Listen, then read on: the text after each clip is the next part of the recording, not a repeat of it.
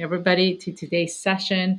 I am Nelly Yusupova. I'm a CTO, startup tech advisor, and creator of Tech Speak for Entrepreneurs, which is an online training where I teach the most effective and efficient ways to manage tech teams and projects and running your tech startups, especially if you're not technical founder. I just happen to work a lot with non-technical founders. Uh, and I think it's a niche that I carved out after just hearing lots and lots of horror stories and deciding to actually try to address this issue. And these are some of the things that we can talk about today: how to launch and run a tech startup as a non-technical founder, and or if you're more advanced and running a tech startup, the importance of optimizing your process constantly over time.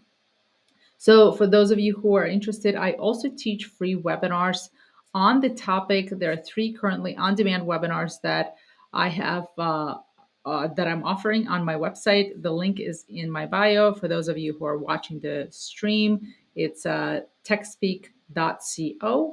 And just click on free classes, and you'll see three classes that are on there: how non-techies can launch successful tech startups, how to build an MVP without a technical co-founder, and how to cut your product development costs by up to 50%. And there's also a live webinar I'm teaching this coming Tuesday called How to Reach Product Market Fit Really, Really Quickly. So I wanted to, generally the way that I start these topics is just set some context for the conversation. And then if you have a question, feel free to raise your hand and come up to the stage, and I am happy to help you address, help you in whatever way that I can. All right, so today's topic was just something that came out. Again, a lot of these things that I bring up are always things that happen in my coaching sessions. And today I was talking to a founder who is non-technical and is working with a technical co-founder. And one of the issues that she's trying to face is how does she, as the CEO, take control and have a lot more confidence with which she manages that whole process.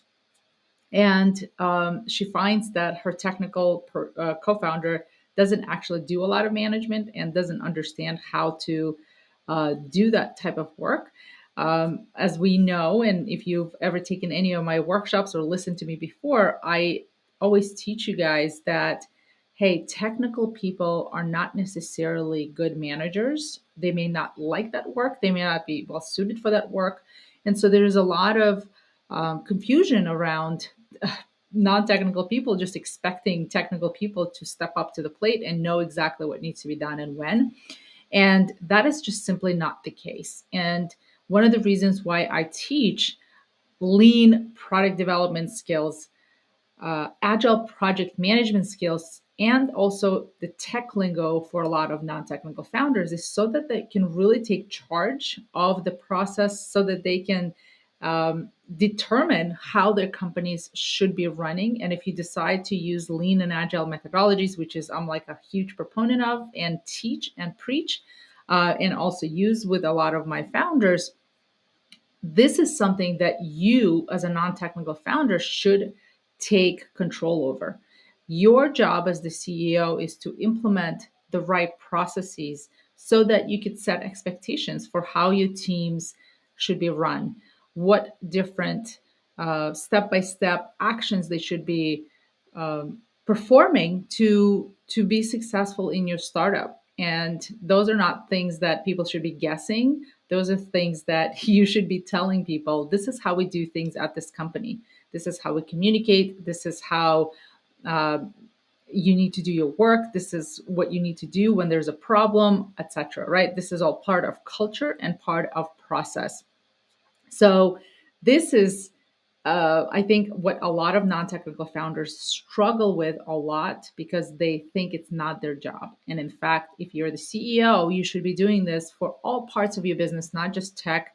I think the CEO's job is the hardest because they really need to learn the processes, best practices for all the different departments, right? Essentially, especially if you're in the early stages, because you don't have a senior team that can take over that for you and then they're reporting to you. So in the early days, you need to learn and understand all the processes and things to do with marketing and building the product and business development and sales and everything else that happens, right? You are the jack of all trades. And so your job is to learn and understand enough so that you can, when you start to work with people and outsource your jobs, you know how to hire the best people, you know how to communicate with them, and you know how to check them. You know whether or not they're giving you good advice, and is that advice the right advice for where you are in your company today. So that's why it's so important to understand all of the things that are going on in your startup and intentionally set those processes. At Tech Speak for Entrepreneurs, again, I teach the 10-step uh, process that is based on lean and agile methodologies. If you're not familiar with it, go check out the webinars. They're free. It's a great starting point where you can start to get familiar with what should be done in your startup to run your startup effectively and efficiently.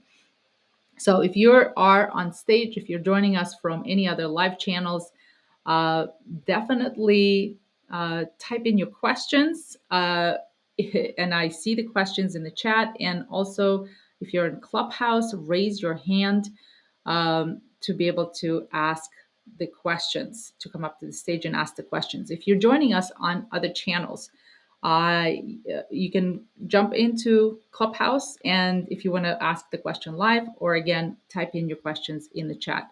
So we have a question coming from YouTube. The Lion wants to know what to find out from someone to validate the idea. Who is it safe to ask? Yes, Carlos, you can ask the questions here. Just type into the chat. I see them all in my streaming service, which is really cool. So the first question is about validation. Who do you want to ask? And is your idea at risk if you start to do validation? I think this is one of the most misunderstood points about validation. So just as a summary, validation is all about understanding the customer's pain points. You're never going to be sharing your secret sauce with your customers or how you're going to build it or any details like that. It's really so that you can understand the big pain points of your customers so that you don't assume them. You are actually working from actual data, from what people have done, how are they trying to solve those problems, how big those problems are, right? There's a level of different problems. I find that a lot of entrepreneurs are solving level 5, 6, or 7 problems. They're not level 12 out of 10 problems, which is what I teach you to find in the validation step of TechSpeak, which is the very first step. And it's really, really important to get because the problem that you're going to be solving will make it clear what the solution should be. Most people say, well, I have a great way to solve a specific problem that they don't fully understand from a customer's perspective, and they just go straight into building that. And then once it's built, then they try to go sell it.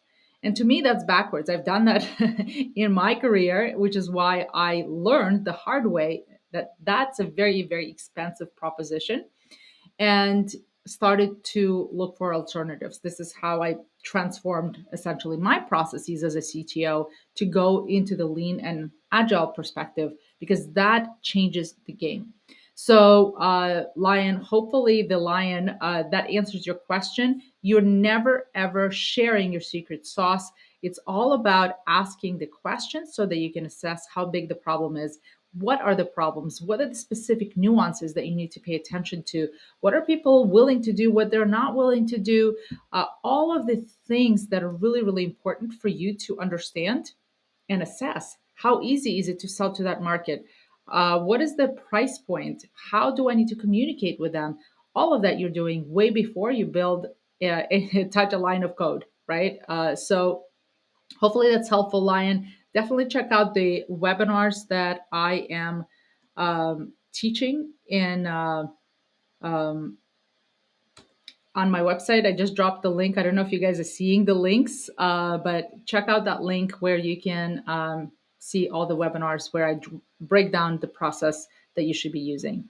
Carlos, yes, if you have a question, type your question into the chat. I do see it all in here.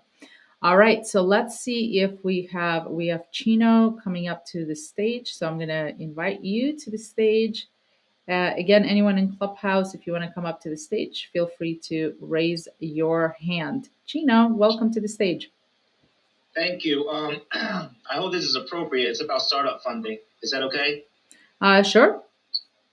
I just got off the Facebook phone with my good friend and mentor. He's about twice my age. He's good. He's a mentor. He's a good friend of mine. I offered him 30% of my pre-revenue startup, and he said no. He said you got to make money first. And I keep trying to explain to him, I can't really make money without investment first. Like I told him, I feel like I'm in a catch-22. We've been good friends now for a couple of years. I was just wondering if you can give me any advice because I do feel kind of stuck right now. Yeah, absolutely. So it's a great question. I'm going to summarize it again for the people who are here. And Chino, I'm just going to mute you just so that there's no feedback. Feel free if you have a follow up to what I'm saying, just unmute later. So this is the issue. So Chino just mentioned that he went up to an advisor, and the advisor basically, or to raise money, and they told him that he actually needs to make money to raise money, which is a catch-22, right? You need to raise money to make money. You need to make money to raise money, essentially, which is very unfortunately true in this market. And the reason why is because investors have so many opportunities to pick from that they want to have you, especially if you've been working on this idea for 2 years, to have some level of progress, some level of traction already achieved. And I think from their perspective, if they see that you have been working on something for 2 years and you don't have customers, or you don't have a level of traction that they feel like is acceptable, that you're just too risky for them. And so they want you to invest some of your own time, your own money, your own energy to be able to get there faster. And so I'm going to share an example from one of my students who was in the same situation and how we solved that problem. And hopefully that'll help you. So I have a student who is in the ed tech space. And prior to her becoming a student, she was working with a developer to build her product. And they built for years, a year and a half. And it was an ed tech product. So they felt like they needed to have 1,000 bells and whistles. And they all started with a specific product, but none of it was all finished, right? It wasn't finished enough where she could go pitch or even onboard customers because the product just wasn't finished. So one of the things that I recommended to her, and we talked through, was a very, very tough decision, is to actually figure out how to look at her product and really go back and figure out what is that MVP, right? So start from the beginning. You're not rebuilding the product, but you need to determine what are the very few things, what are the core things that if we have that built, that we can start to onboard customers. And she had to make a very hard decision of going through her entire product. They pared down the MVP and they made a list of all the things that needed to be completed to finish that MVP. They basically hid and scrapped the rest of the features that weren't completed that made the product bloated. But they wanted to solve the core problem and show that they can solve that core problem really, really well. So what that allowed them to do is to double down, actually in a short period of time, finish some version of their product so that they can launch. And that did two things for them. Number one, they were able to start to pitch to clients and try to onboard them. In the early days, you're not going after the best client that you can get. You're going after the client that has the biggest problem for what it is that you're solving for. Those are called early adopters. And so those early adopters, they don't necessarily care that the product is not finished. They really want that core problem that you've identified in validation to be solved. And so those are the people you're going after. You try to onboard them. And the more track, right? Because you now have customers, you are now developing traction. And what that does is now allows you to go back to an investor and say, we're now have an MVP out in the market. Check, right? We've done something right. We actually have a product in the market, and we have two customers that we already onboarded and three in the pipeline. So that's what possibly you can do, is to look at your product and figure out how you can launch something so that you can try to sell it to somebody to show that there is potentially traction.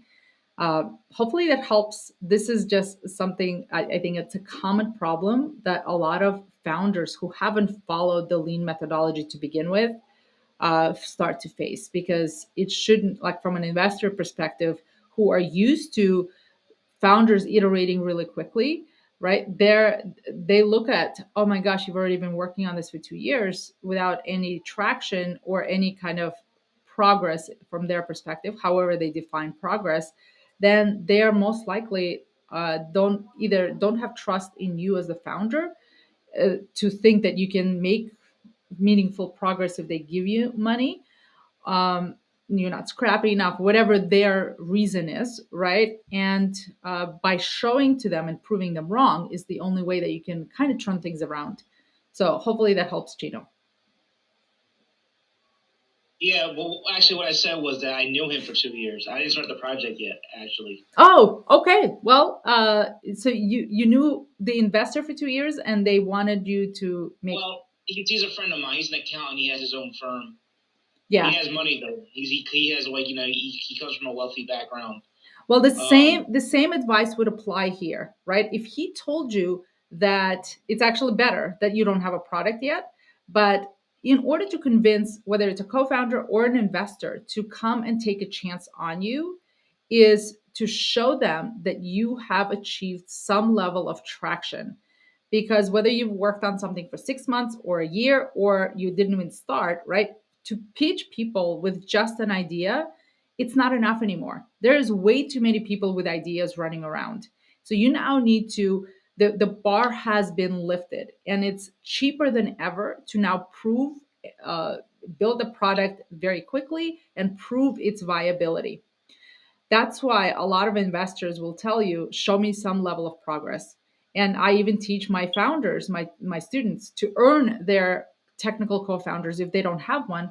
And part of earning a technical co-founder is getting to any level of traction, because what that does, it changes your pitch from a position of need, right? I need you to come help me build this startup. I need your money so that I can make progress, right? Or so that I can build a product, versus here's a great opportunity. I've already achieved this and this and this and this and this. And if you give me the money, guess what? This is what I'll be able to do, and a lot faster, right? That is a very different pitch than I need your money so I can build a product. Do you see? Hopefully, you see that as a from their perspective, right? And hopefully that helps you. Well, how would I build traction without a product? Figure out. So if you're able, I don't know what kind of product you have. What kind of if you're open to it, let me know what kind of product you have. It's an app where you put in what you're interested in, and the app will match you with people, places, and I guess merchandise, or even like job opportunities. Okay, so get clear. It's so right now it's a very generic product, right? I don't Very see generic. right, It's for very everybody. generic. It's very generic. So it's actually the first thing I would allow you recommend that you do is find who cares about this problem the most, right? So niche down into a specific target customer, a specific demographic, or anything else that will allow you to start with a specific group of people, because then you'll be able to say, okay, this is the biggest problem that they have, and this is why they would use my app.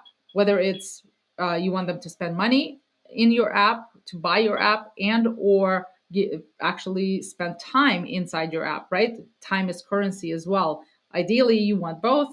But that's what you do. So first, you need to go through a validation process, and I would highly recommend that you jump on one of the webinars on the link that I mentioned right above us. Either how non-techies can launch successful tech startups, or how to build an MVP without a tech co-founder. Both of those will outline the steps that you need to go through to validate your idea. And then what you do, the second step of tech speak. So once you understand that painkiller problem, then based on that problem, you'll kind of see what the solution should be. And then you're going to be using clickable prototyping to visualize what that product will be. Again, you can do that as a non-technical founder, learn the skills, figure out how to do that. If you want to do it really quickly, join the program. I'll teach you step by step how to do it so that you can get from point A to point B faster. And that's how you get started. That's the first level of validation, right? Or traction. If you even took this prototype and went to your investor and said, I've already talked to 100 customers. This is what they said. This is what my sales process was going to be. All I need is to build a product. And I need your money, right? I want you to invest in this. This is an opportunity. And this is where we can go. So it already changes the conversation. I have a student in my program who did this, just the first two steps, and he doesn't have a tech team yet, but he's already has 5 letters of intent from 5 different companies. He's in a B2B space from 5 different companies, gave them 5 letters of intent, and he was able to use those letters of intent to raise money. So he's already raising a seed round. Again, no technical team. He's a non-technical founder, and he hasn't started development yet. So hopefully that helps. It is really important. The more you can do on your own, the more attractive you become to whether it's co-founders or investors or partners or anyone else, right? You want to be able to show them the opportunity. Right now, I don't see it. Okay, thank you. You are welcome. All right. So if there's anybody else who has a question in Clubhouse, raise your hand. I'll bring you up to the stage. We also have a question here from Sonam in YouTube, who is asking for validation. What is a good number of customers to interview and what can be offered to them for their time giving the interview? Great question, Sonam. So for validation, the number of customers that you're talking to or you need to talk to will depend on the type of business that you have. So if you have a business to consumer type of product, you need to be able to speak to a lot more people. I would say anywhere from 50 to 100. If you are going for B2B, so you're going after businesses, then I would probably say anywhere from 30 to 50. And if you're going to the enterprise, sometimes 2 is enough, right? Because they're so big. So the customer base is so large that, speaking to just 2 is enough. And those are approximates, right? And it also really depends. Do you know some people who are starting, who I'm starting with, for example, they don't even know which specific target demographic they need to go through. And so the first series of interviews is just to prove out which demographic we should be talking to, right? So those are a whole bunch of interviews where you're not really focused on any specific demographic. And then you need to be able to do, once you understand who that is, to do more interviews with that specific demographic. The key is to continue to do interviews without leading your users. This is really important. The biggest mistake that a lot of people make in validation is leading their customers to a very specific solution that they already fell in love with. Instead of assessing the problems, they fall in love with the solution rather than really trying to understand what are the biggest problems and being okay to throw away their original thought of how that problem should be solved, right? That's the whole point of validation, which is why you're doing that before trying to come up with a solution. So this is really what validation is all about. And what do you offer them for in exchange for their time? A lot of the times you just give them any kind of gift card or anything like that, but you don't when you have found a good problem, most people would want to be willing to talk to you even without you paying them, simply because they want someone to solve that problem, right? That's also a form of validation. So free interviews are even better than when you give them some kind of a gift card, either an Amazon gift card or a Starbucks or whatever else you decide. But it's not money; it's some kind of a thank you gift for uh, for our conversation. All right. So hopefully that helps. We also have um, the lion is also asking, how do you find someone technical to look at my idea and get critical feedback safely? I'm not really from a technical space. Great. Lion, the answer to your question is the way that I'm going to answer it is this. So you are non-technical, and your biggest fear is that if you show your idea to someone technical, they're going to be stealing your idea, right? And I know that you didn't ask that question, but really that's what you're asking. You were fearful that if you share that idea, that your idea will be at risk of someone taking it.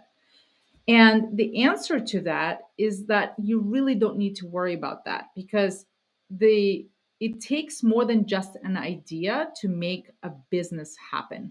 There's a million people with just ideas who don't know how to execute really well on it. It's all about execution, and ideas are a dime a dozen. They don't really actually mean anything.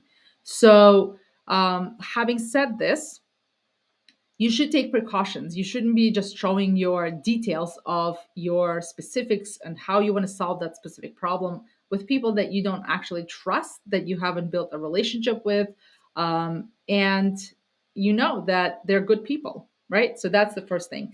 And the other thing that I will say is, if a technical person takes your idea and they run with it, they still don't have any clue for your idea for how to take it to market, for how to actually make it a business, how to do customer like sell, right? So sell and business development and all of these other things to actually make it a business. They know possibly how to build the thing, but they still won't know the secret sauce for how to go to market. I don't actually see that ever as a problem. People ask me to sign NDAs all the time, and I will, because I'm a consultant and I'm used to doing that. But most people nowadays, especially if you are in Silicon Valley, they'll laugh at you if you if you tell them, "Hey, can you sign my NDA?" Because the audacity for you to think that I haven't seen this problem before is just ludicrous sometimes. Because I've seen thousands and thousands of different pitches and businesses and types of companies, and I feel like there's very little that you can show me or tell me that I haven't seen before. So hopefully that helps, Lion. I don't think that that's a problem. Be smart. Find people that who are trustworthy in the beginning, and then you won't have these types of issues. Again, it's all about execution. Share your idea with as many people as possible, because at the end of the day, if they can execute it better than you, then you should say thank you to them, because they've just saved you years of your life trying to create something that you know ultimately they're going to win at. Um, because it's, even if you're able to build something in secret, this is the last point I'm going to make on this. If you are able to build something in secret, then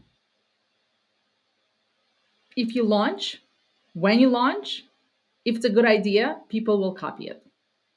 People can literally copy everything on the front end that they can see, and it's not illegal. So if you are afraid that people can easily copy your idea and it's not defensible, that you don't have some secret sauce or some secret team or something that will allow you to be 10 steps ahead of your competition, I would say you don't have an idea that you should be working on, right? So that's my answer to your question, and hopefully that allows you to see that it's nothing you should be worried about. Just go for it. Go and start taking action on making your idea a reality. Go through validation, go through and build clickable prototypes. Start to talk to people, get ideas and advice, and as much as you can, build a network around you of the types of people who can help you. And don't worry that they will steal your ideas. People have 1,000 ideas of their own. They just, not everybody can execute. right? And hopefully you're the executor who can get all of this stuff actually out the door and make it a reality. All right, so here we are. I think if you have a question in Clubhouse, raise your hand. I'll bring you up to the stage. If you also were streaming this to social media channels as well, if you have a question, just type it into the chat and I get access. I see all of the questions as well there. So just type them into the chat. If there are no other questions, we can close down the session today. For today, actually, I have yeah. one more question. Yeah. Is that okay? Yeah, of course, Chino. Go for it. This is kind of a broad question. Okay. How can, like, once your product's already established or whatever, how can you separate it from competitors that are offering a very similar product or service? How do you differentiate yourself? Well, how do you differentiate yourself is the biggest, it's the reason why you exist, right? Your CEO, you as a company CEO need to understand what makes you so special.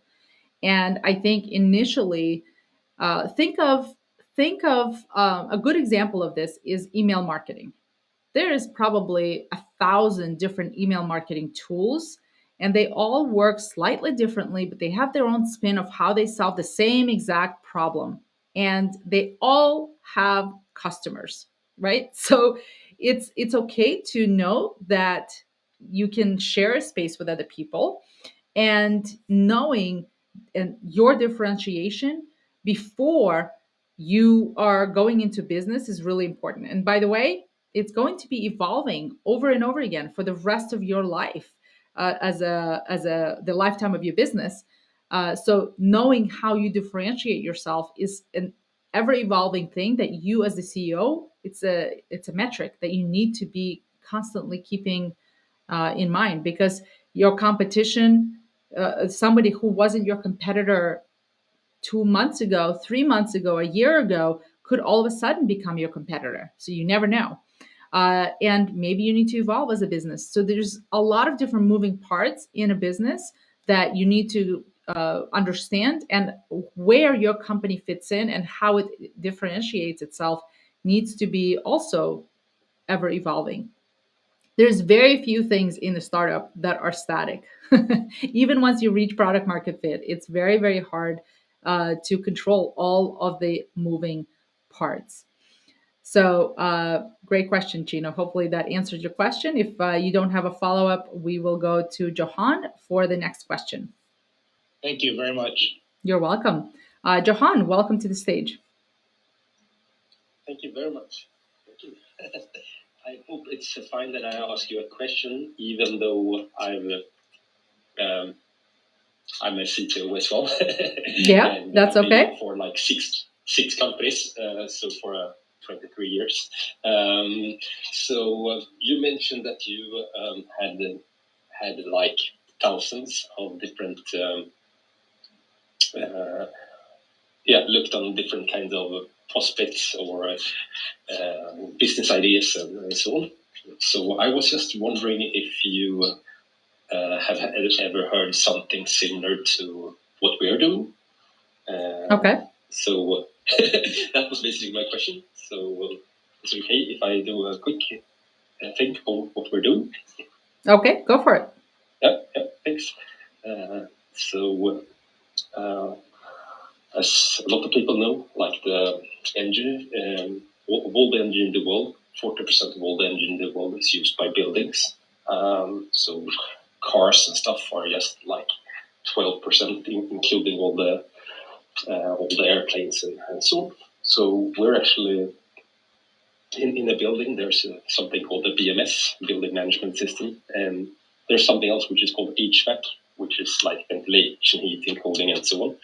So we're basically we're an AI company. We are like optimizing all the air flows and pressures and so on, how fast fans should go and so on. And we're basically using a data-driven approach, reading out all the data and understanding the building, combining this with the automation theory.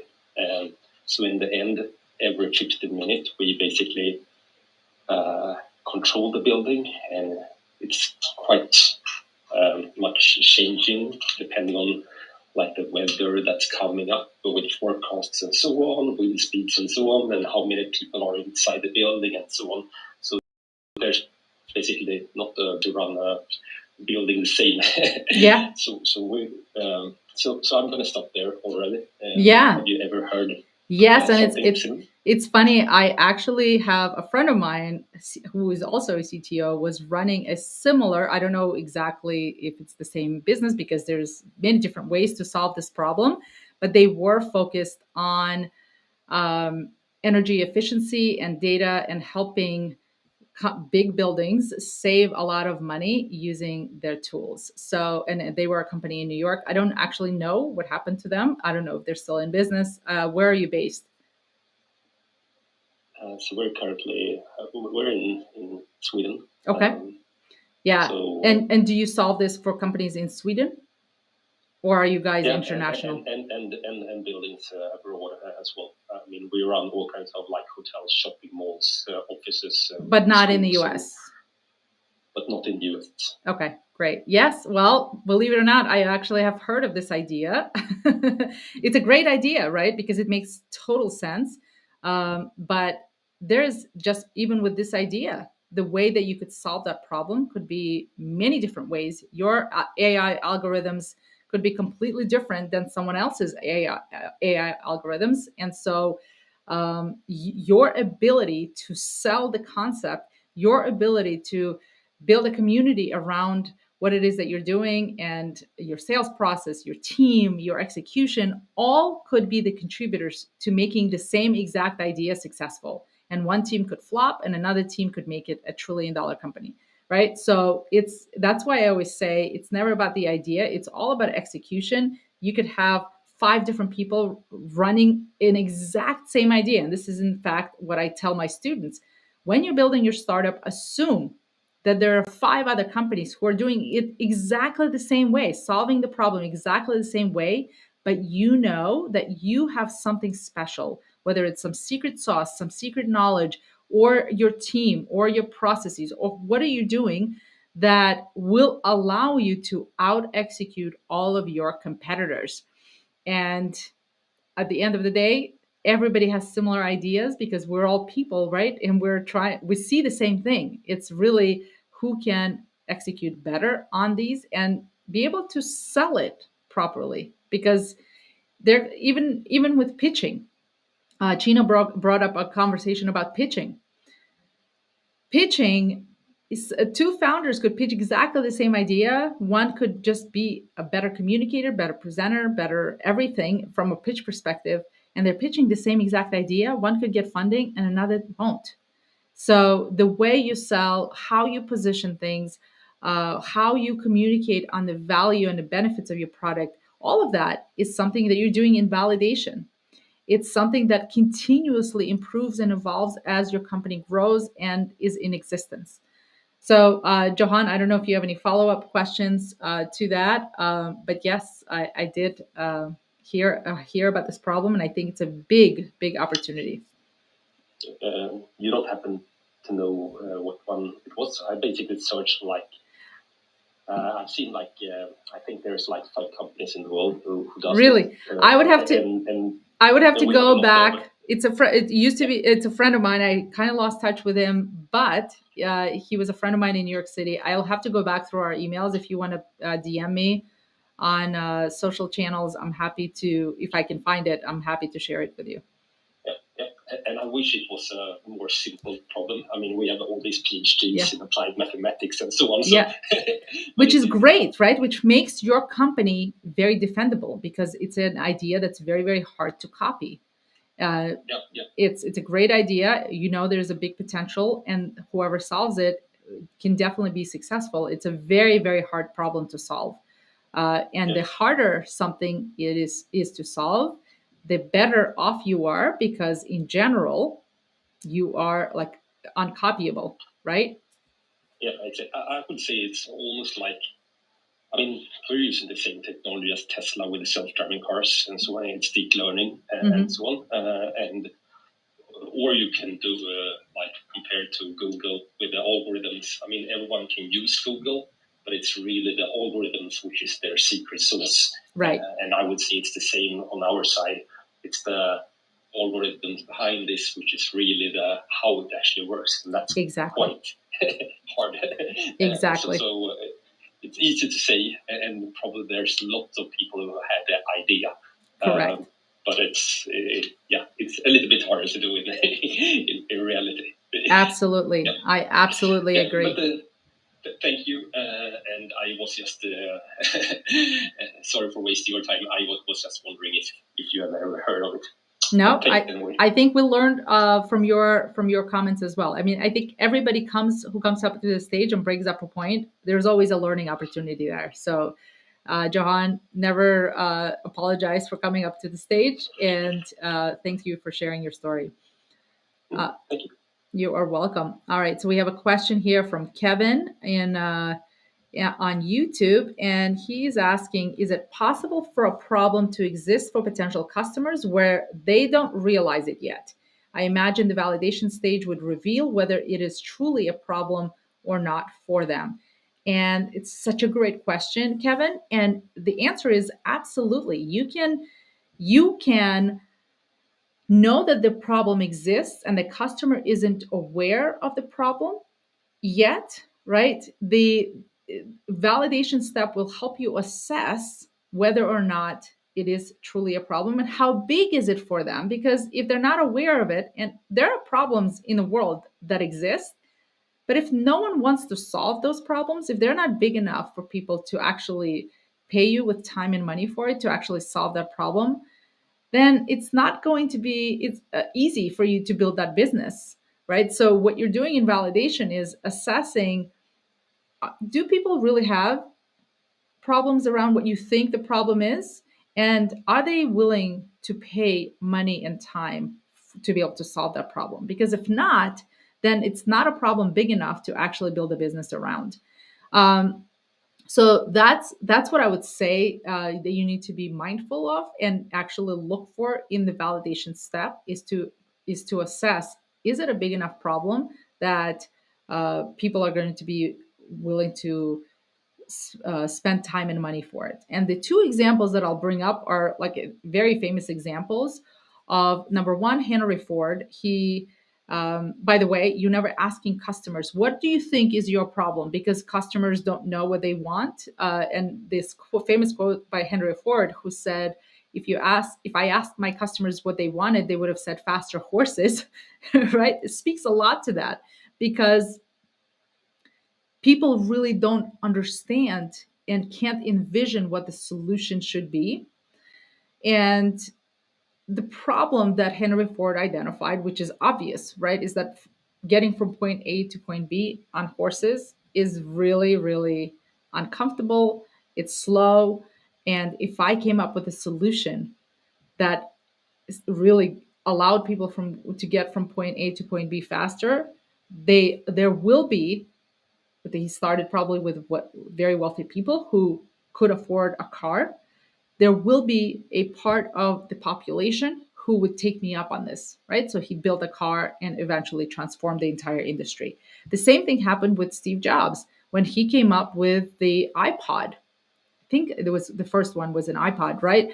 The problem that he saw in the market, and he never needed to ask people because you could see it frustrated with people walking around with CD-ROMs, big chunky device. You had to carry your entire book of CD-ROMs. I don't know if you guys remember those days. I do.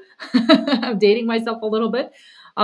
But we had to carry books and books of CD-ROMs with us. If you went for somewhere for a weekend, you had to bring all your music with you, and that's painful.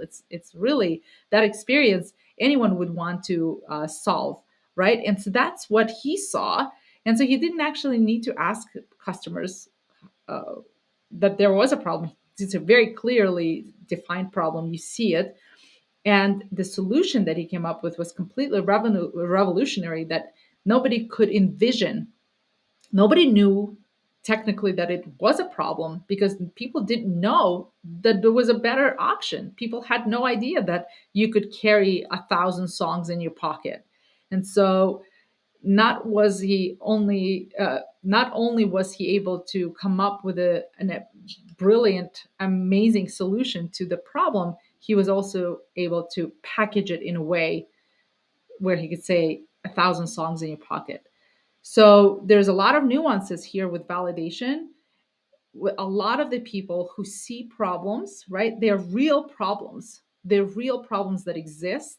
And the point of doing validation is to make sure to kind of almost get a confirmation that your assessment of those problems is correct and that you're solving a big enough problem for people who are willing, some segment of the population who are willing to pay you to actually make it a business. Because not every problem is a business worthy problem. So hopefully, Kevin, that helps answer your question. Let's go to Howie. Howie, welcome to the stage. Yes, thank you for having me here. Um, yeah, so how do you select the right CTO for your tech startup? Great question. So I have a video on YouTube called The 6 Qualities a CTO Should Have.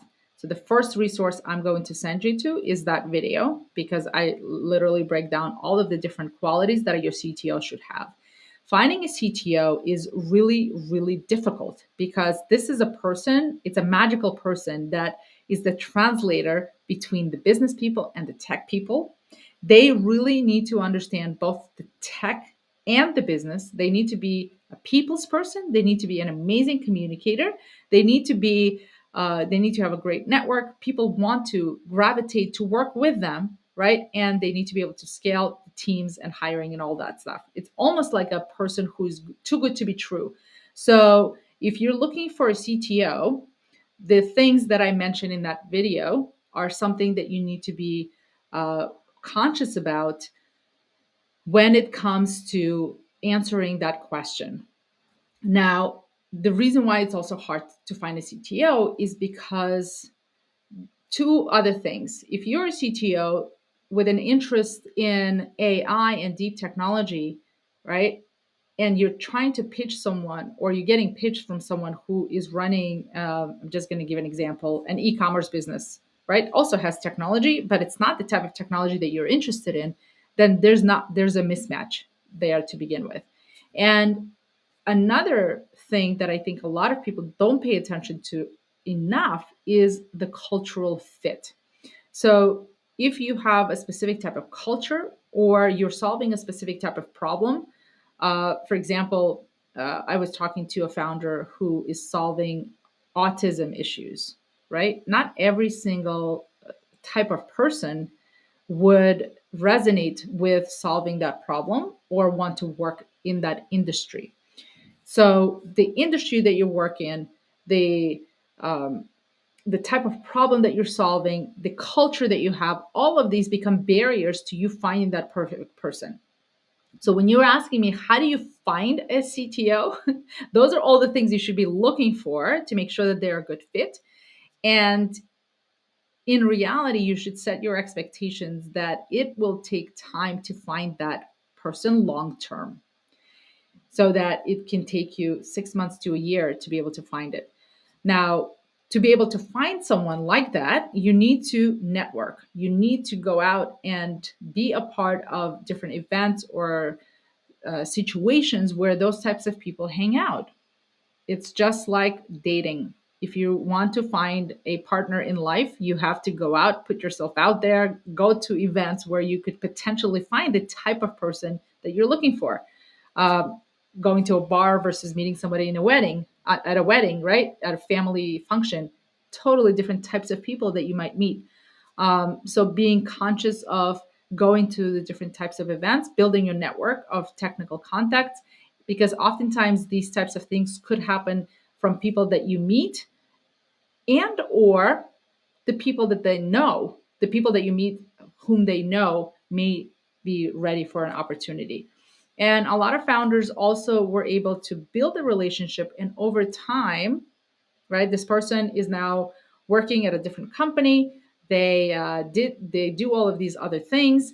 Over the many years, you can show them the traction, the opportunity. You're building relationships with them, And then you can get them right at that right point in their career where they're either shifting and leaving their current company, and they, because they already know you, it all of a sudden becomes an opportunity, right? So it's a very hard hire, but being patient and really understanding what you're looking for is really important. Not settling for that is really important. And another point that I'll make, depending on the stage of the company you're in, you may not need an actual CTO. So we had somebody, can't remember the name of the person who was on stage, the CTO that came up on stage. He is working on a deep tech problem, right? They need a CTO because they're solving really complex technology problems on a daily basis. Most people have tech enabled startups, so they're not working on deep technology solutions. And so for those types of people, initially in the early stages, you just need someone who can execute, who can actually build the product and code. The type of person I'm describing is most likely a person who hasn't written code for many years because they've managed people, they've scaled companies, they've done all of these things, right? And you trying to get a CTO who ran a Fortune 10, Fortune 500 company, or a startup with 100 employees, right? Most likely that CTO hasn't actually written code in a while. So that's not the type of person you want in the early stages of your company. But giving them that title is really dangerous as well, because now you're giving somebody a title. Let's say you're hiring a lead developer and you're giving them CTO title just because you want to attract them to your company. If that person is either antisocial or doesn't have the qualities that were mentioned and is able to grow into that role, that's going to be a problem down the line. You might be able to need to demote them if you like them as a person, but demote them to a different title so that you can put a real CTO in place. So there's a lot of nuances around that question. Hopefully that helps you, Howie. I don't know if you have any follow-ups. Oh yes, a lot. But yeah, I've been to that road of picking the wrong CTOs. I have like several startups, and yeah, it cost me a fortune. So I always. That's why I'm like very selective with people right now. Um, so at the moment, like with the new project, what I'm building right now, well, it's I'm just having like senior developers, senior smart contract developers, full stack. That's it, and doing the whole design in that whole tech thing. I'm not a programmer, but I'm making the whole architect, and I just tell them like how I want it and how it needs to be fixed. But yeah, on the other hand, it would be handy if I could just like also know how to read codes and stuff. But for that, yeah, I think I needed a CTO at the moment. But It's on the not other, necessary. yeah, It's not necessary. So you being able to read code is something that is not going to really actually help you.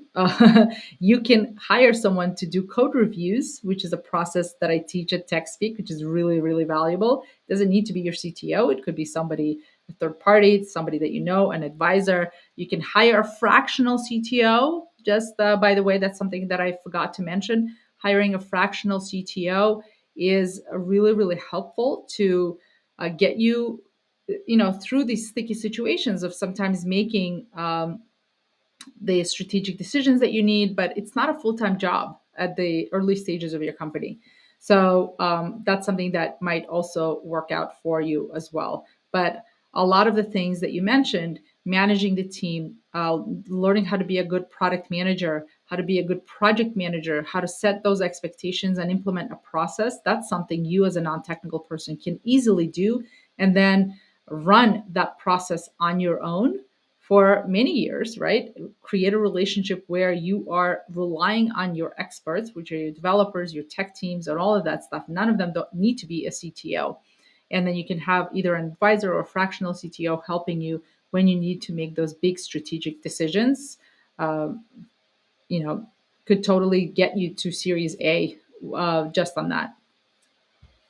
Well, if you could just share me your YouTube, or if there's like anything. Yeah.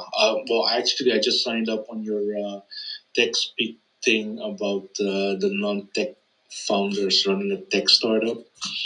Great. So I'm just curious. I just wanna know more about it, because it's for me my second blockchain company. So that's why.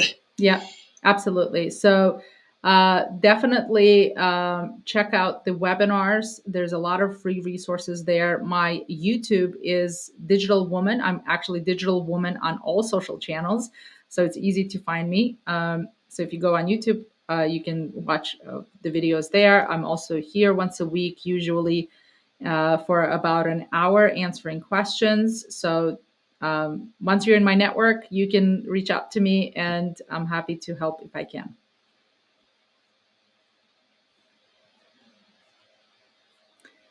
Great. Thank you very much for sharing and you're giving me the tips. I will definitely give you a DM. Great. You are welcome.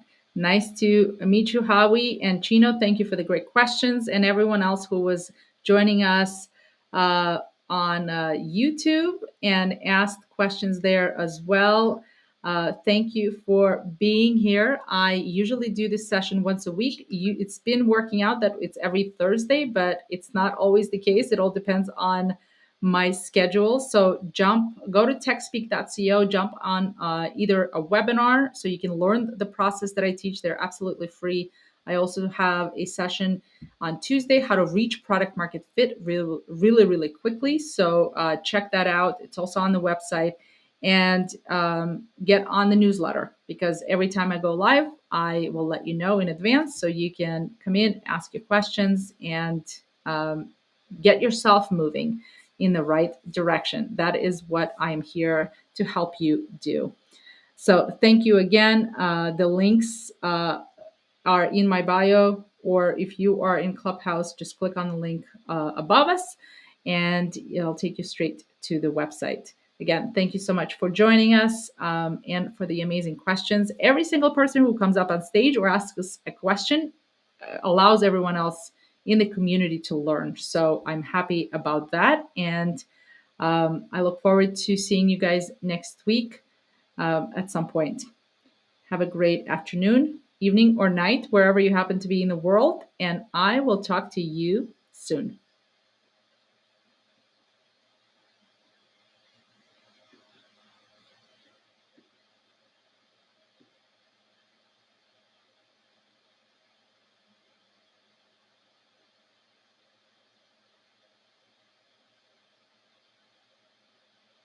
So, Collect IT, I just see your question. Yes. uh, So yeah, we started at 2 p.m. Eastern. But if you join us next week, we will. I'm happy to answer your question. But then also check out the YouTube video I have about finding a CTO. I think you'll be able to um, get a lot of, or finding a co-founder slash CTO. Uh, that video will outline a lot of the thoughts I have around it. So check it out. And if you still have questions, reach out to me directly. All right. Thank you so much. And I will talk to you soon. Have a great evening.